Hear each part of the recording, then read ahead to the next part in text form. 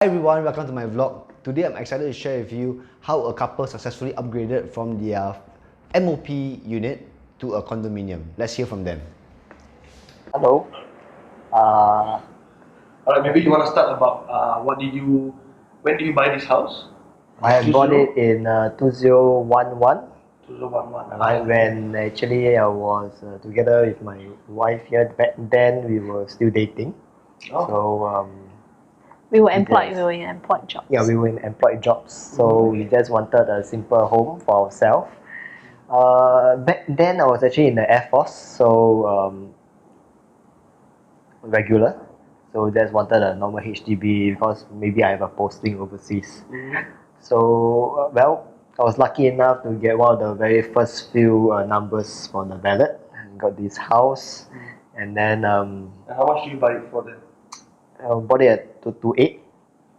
228. Decent price. Yes, This is a 3-room flat. 2 room flat. Yes, all right. So of course, during the whole selection of the flat and stuff, Darren here helped me to see actually which, of course, the sun direction. That time I wasn't in property, so I didn't know how to actually choose a flat. But she was in property then, is it? Just started. Just Just started. started. Yeah. So there's a lot of things we are not familiar with. So Darren assisted about which house to select and stuff. We were deciding between a 3-room and 4-room. We decided on the 3-room to go slow because there's the 2 of us. Then selected a unit that's because mainly the resale market is mostly corridor units. So here 3-room, there's also various types. Whereby there are some is people will still walk past the corridor, but there's no windows facing out. This unit that I bought was actually a unit standalone by itself. Right, then it's also north-south facing, good facing. And at the time, did you have any idea what you were going to do? Like, I think to me, I feel that probably this, because I mean, back then owning a house was like, wow, it's not easy. It's a milestone, isn't it? It's a milestone already. So I thought that this will be the house first and the last house I'll be in. Yeah. And I never thought that now, after MOP and everything, luckily I got a buyer. There's also have the same feeling as the house as well. Okay, let's just go back to what you just said earlier. You were just saying that, hey, this is going to be your first and last house, right? Yeah. Correct? So why do you put it up for sale?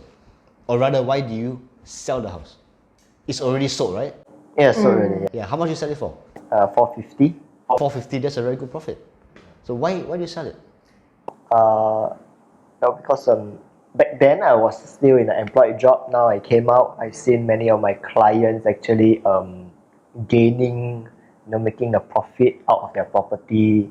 And then rather than those that actually stayed on for more than 10 years, I'm not too sure because I mean you also explained to me about the accrued interest and how it will affect for my CPF. Yes, that's right. Okay. So I've also seen some of my clients whereby they have negative sale after staying for about 10 over 20 years. So I do not want to go into that. Alright, I'd rather make a profit, move on. Back then, if let's say our parents' years they actually did this thing about the property, they would have made a lot of money lah. Okay, maybe you can just let our viewers know what is your age group? Between 30 to Let's say now, 30 to 35. 30, 35. 35, right? Yeah. So, Many of the neighbors that I met here at Tampines Central always have this objection that they'll say that, hey, they love this area. It's very convenient. But yet you choose to move. So what was the reason that you want to move?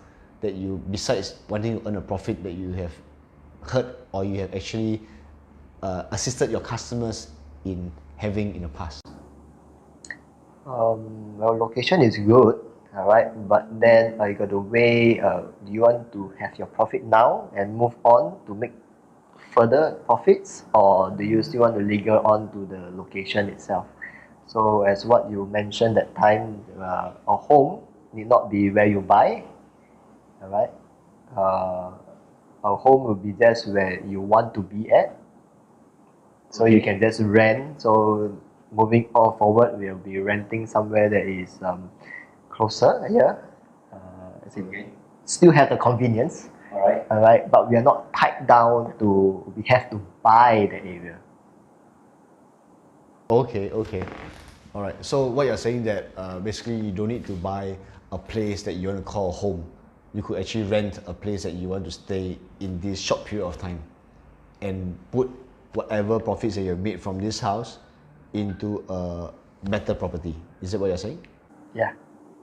So what have you done for yourself, the two of you? We went around, knowing that our MOP is this year March, we actually went around last year to look at properties, private properties. Okay. Yeah, because we know that being the property line, we know that this year, because of a lot of en bloc sales, the previous years, we know that this year the property prices are going to increase. Yeah, so we went around and then we finally selected two condos. Yeah, and we asked the developer to reissue. Is it? Or rather, yeah, you use the word reissue or... Okay, so actually, we could reserve the unit for you. we told the the- developers that our funds are not ready yet. Okay. Right, so then if the developers are willing to wait for our funds to come in, and we were surprised that the developers were flexible, and we were able to make a booking first, and the developer grant us time for our funds to come in because of our the sales of the house. Okay. So what are you saying? Are you saying that you put a booking fee, Right. but do you lock in the sale price of the unit, or... Yes, so we were able to lock in the sales price because we were monitoring it very closely. So then some developers will start to say that, maybe after this week they will increase in price and stuff like that. So we made the booking before that, Alright. and then luckily we saved. I think it was increased for about 2% really. 2%. And in total, what is the quantum or your property net worth today that you purchased? For myself, it's about 1.1. In total, for the In two total, properties, it's about 2 mil. 2 million. About $2 million, right? Okay, okay. All right. That's nice. That's nice. So moving on, what I shared with you guys is that, hey, you know that just by doing this one move, right? You're in your early 30s today, and if you leave your property there, if you don't do anything, you continue doing your whatever that you're doing in your careers, in 25 years before you're 55, you've already amassed $2 million in cash. Yes. I mean, less the appreciation. Yeah, of course. I mean, 20 years later, definitely the price will appreciate. You're talking about 20 years later, a lot of transformation is happening in the areas that you purchase. So we could exit earlier, but if you are the really lazy type and you do not want to keep repeating the same process, what you have done for yourself, the two of you, is that before age 55, you could just sell it off and have $2 million in cash in Singapore. Well, it's impossible to just be 2 million. I mean, with regards to inflation of 3 to 5%, it doesn't be double the price. Doesn't matter. So basically, what I'm trying to say is that, hey, $2 million. What is your initial outlay? It's 25% each, right? Because you both bought individually one property. Yeah. So you put in 280 each, which is equals to 560. So 560 in 20 years time, you will have 4 times its value back. And that's pretty cool because you never put a single cent down anymore. For the next 20 years. What? Correct? Oh, we're still paying our mortgage. No, you're not going to pay the mortgage. The tenant's going to pay a mortgage. Yeah, you're going to leverage on the tenants. If we rent out lah. If you do, you then move in then. No lah. If can sell lah. If cannot, then rent out lah. Okay, so the plan moving forward is that for one one of choice, the property, it's TOP 2021. yeah, Right, so then I wouldn't have made the 3-year mark for the SSD. yeah, So I would rent. okay, Alright, and then if I have a chance after the SSD, then sell. But the other one would be in 2024. okay. Right, it's pretty long, so I could sell before it even TOPs, or sell during the TOP. Okay, so for example, basically, I felt that the best plan that you could actually consider for yourself is that you guys are still in your early 30s. So in this period of time from 35 to all the way up to 50 years old, to me is still part of accumulation of wealth. Whereby I felt that it is very wasted if today you have this knowledge and even you're also in this line, the property line, and if you do not make use of this knowledge to expedite your wealth creation through property, then you have wasted the years, or rather you have wasted your youth. I think it's very good if you're able to repeat this process. It means to say that, wouldn't it be great if today you put in 280 for one property, right? In the next 3 to 5 years, you're able to exit with almost 150 to 200k profits, right? That will give you a very good ROI in 3 to 5 years. And thereafter, you repeat the process again. And based on my calculation, if you can do this every 5 years, and when you're age 55, then it will not be just $2 million. Yeah, so I mean, it's one funnel of investment for property, so that it just keeps generating income lah, right? Or capital gains for our retirement plan.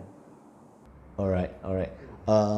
What are your thoughts that, hey, now the two of you have bought a property and you're homeless now? Homeless. You got to rent a place, right? Because a lot of our viewers will say, hey, we buy 2 properties and we have no place to stay. I'm going to rent a place outside. It doesn't make monetary sense. So I kind of understand what they're trying to say. And you might not feel that way because guess what? We have no CPF anyway. So everything to us, we are already so used to paying our installments in cash. Everything is all in cash. And we have never touched our CPF. So to us, maybe it could be something we can easily do. But could you maybe give how do you feel about this whole process whereby now you have to rent a place outside? Okay, so actually our initial plan was, of course, should I say the initial plan? Never mind. I would say that now convenience we have, alright, we just want, because I haven't really stayed in a condo before, so we want to see how does actually a one-bedder feels like. So maybe it's our next time our retirement plan. See, okay. So you don't need to buy in order to know how it feels to live inside, only to live for these 3, 4, 5 years. Okay. Alright, so you can actually rent it, and then if the purchase is able to outweigh the rental, why not?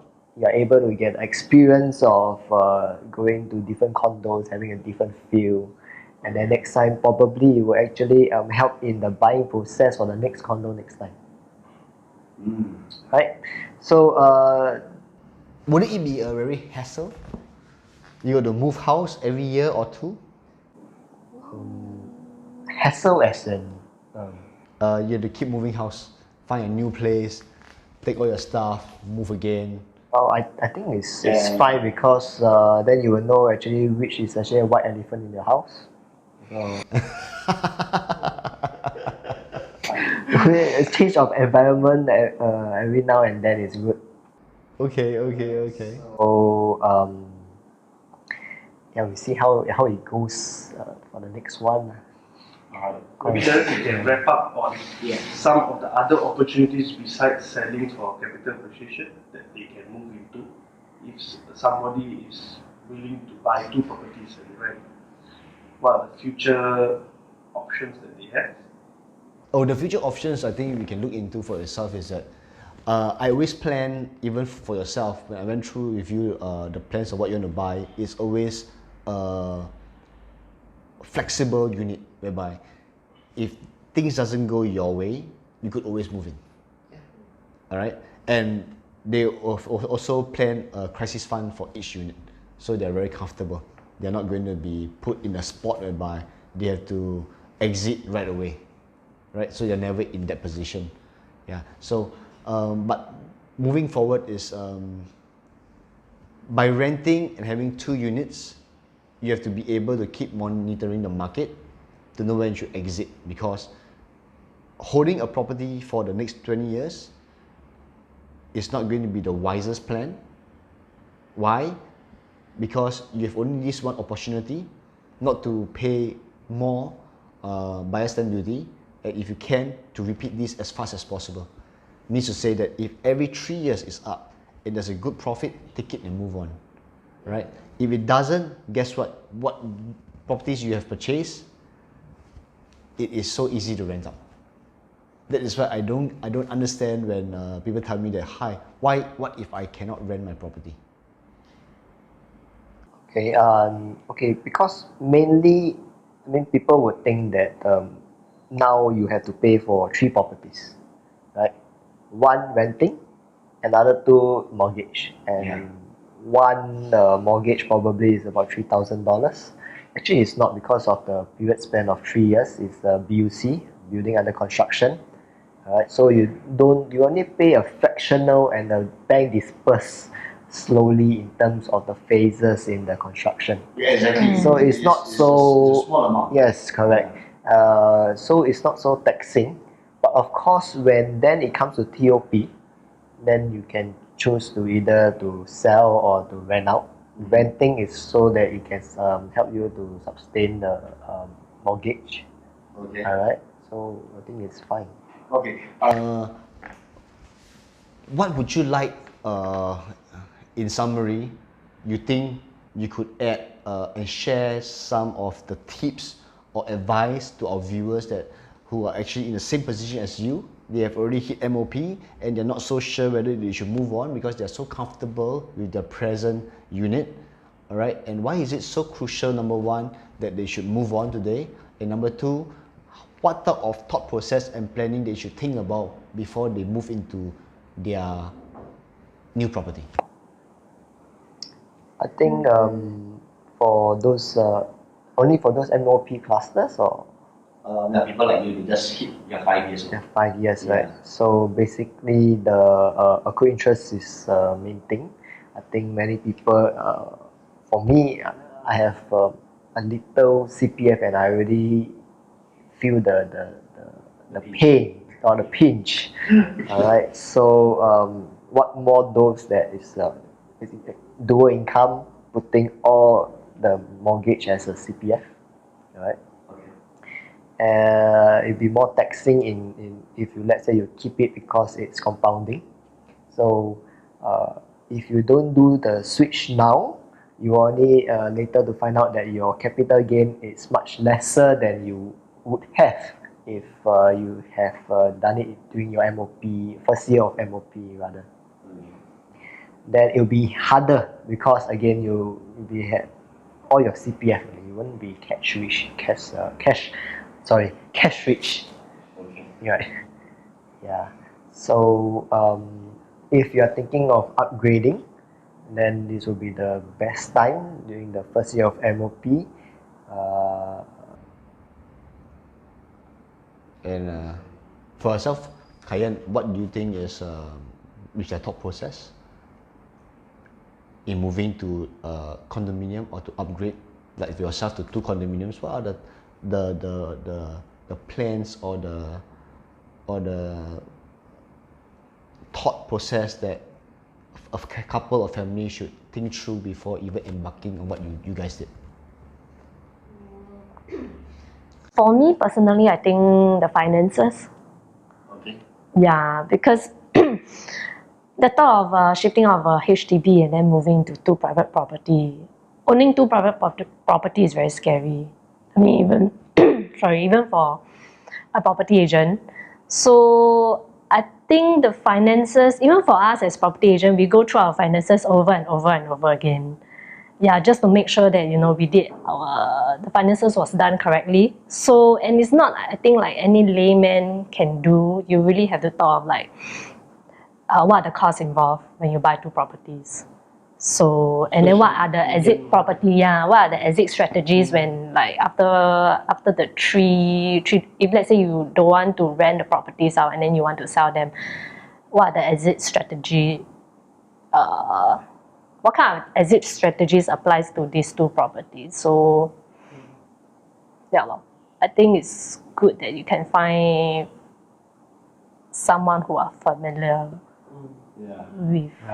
Or even for the two of you, I mean, you're quite experienced in this property business for a couple of years already. Even then it's scary. Yeah. Yes. Are you in this line for more than 5 years? Yes. I am. For more than 5 years, and then you doing it by yourself is so scary. Okay, that's good.